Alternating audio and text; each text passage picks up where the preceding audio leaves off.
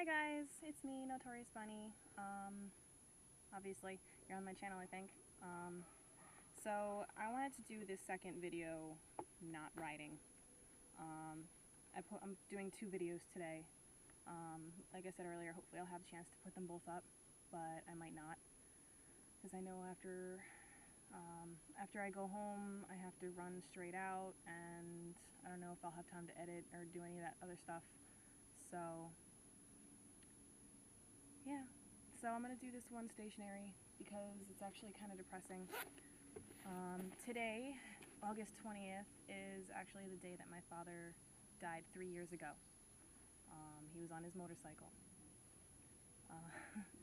And yes, I do still ride mine, and yes, everyone told me I should get rid of my bike when it happened and that I should stop riding, but the difference between us is he was drunk. He was notorious for drinking and riding, or drinking and driving, and actually that's how he crashed. He had a Mustang that he was in love with, and he took a turn too hot, went into a brick wall that was maybe like a knee-high wall, and he blamed a deer, but I know what it was. So for fucking ever, he was like the best father in the world. He couldn't have been better. And then I found out that he'd always been an alcoholic, but I thought he was recovering. Turned out he wasn't. And so long story short, he took his motorcycle and moved to Texas, and he was getting better, and then he wasn't, and he crashed and died on a Saturday morning. I got the phone call. It was the worst phone call of my life, and I didn't even know how to react because I feel retarded. Because our relationship had deteriorated so much that I hate to say it was a relief, but again, it was, but it wasn't. Obviously, I was upset, I was devastated, but not as much as I thought I would be at first. And over the years, it's been getting harder and harder because I'm forgiving him. I'm not as mad at him because he would treat me so, he would treat me so horribly. He would just talk to me like I was nothing but shit because I was trying to encourage him to get better when I found out he was drinking. So this isn't going to turn into a whole my life sob story, but so when I got the call, the detective at that time said that alcohol may or may not be a factor. At that point, they didn't know, so I didn't know. So, and for the last 3 years, I had been assuming that he was drunk. But earlier this week, last week, I called down there to Texas, and I spoke to the detective that was on the case, and he verified that my dad had a blood alcohol content of 0.17, and the legal limit here in the States most states is 0.08. So in no way should he have been on a bike. And people told me I shouldn't ask, I shouldn't find out, because it would make me upset. Honestly, I didn't want to think the worst of him if he wasn't drunk, and it had been just a simple mistake. So what happened was he was on a 45-mile-an-hour road, and he flew into the back of an F-150 that was stopped at a red light. Now, he never had any kind of gear. Sometimes he wore gloves, and he had a skull cap. For those of you who don't know, it's not a full-face helmet. It's just, it protects this. That's it. So when I got the call from the coroner,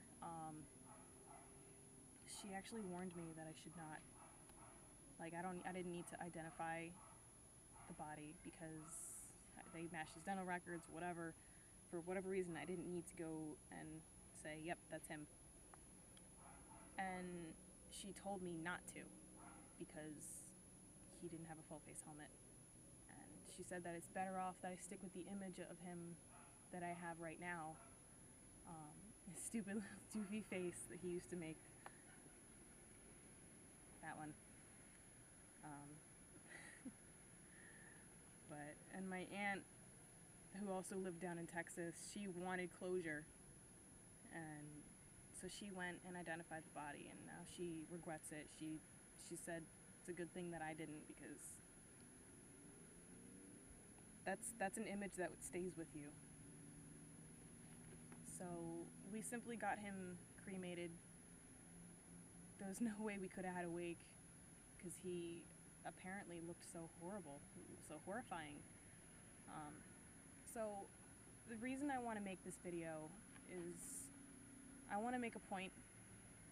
For those of you who have skull caps, you probably are doing it for the look of it, because skull caps look cool, especially if you ride a cruiser like he did.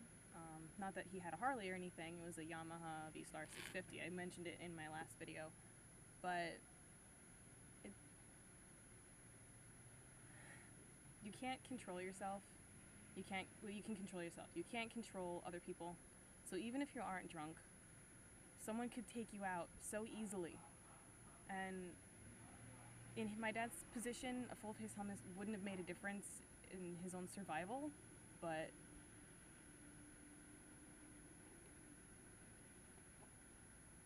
at least we could have seen him and maybe given him a wake. So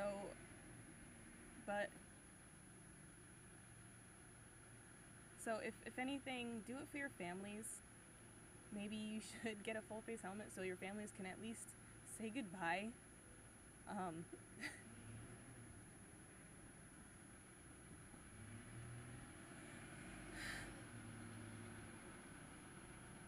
Let your families be able to say goodbye if you do crash. I'm not saying you will, but do it for them. And wear full gear. He didn't have a jacket. He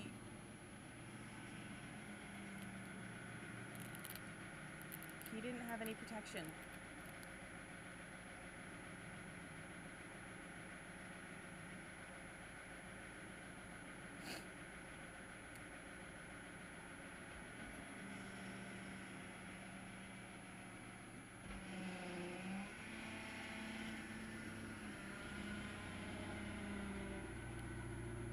It's a good way to break the mood.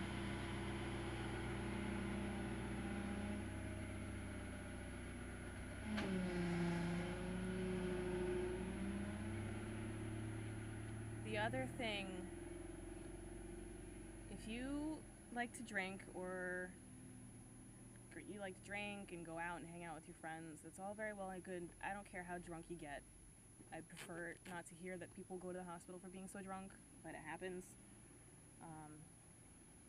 Just don't drive or ride.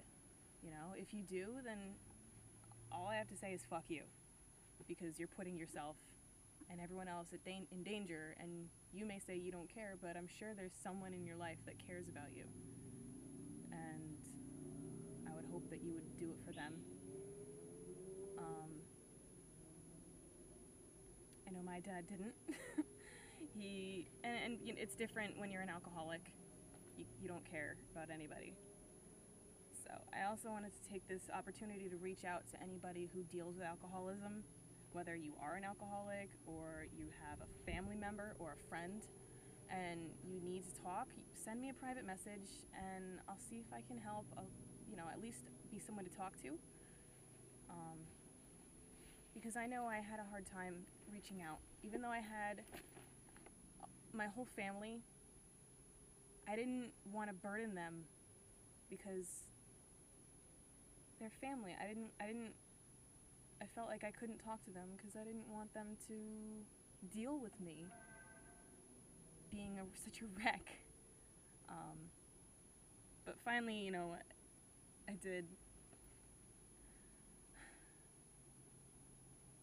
My boyfriend's very supportive, so he was with me every step of the way.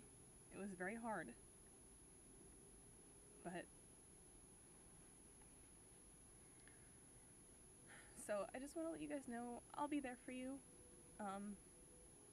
Please don't drink and ride. Don't drink and drive. Maybe think about getting a full face helmet, but because it's not just you. It's not just about you. And if you don't have anyone that cares about you or that you care about, okay, fine. I got nothing. But if you're okay taking that amount of responsibility in other people's lives, taking that in your hands, going out while you're piss-ass drunk on a motorcycle or even a car.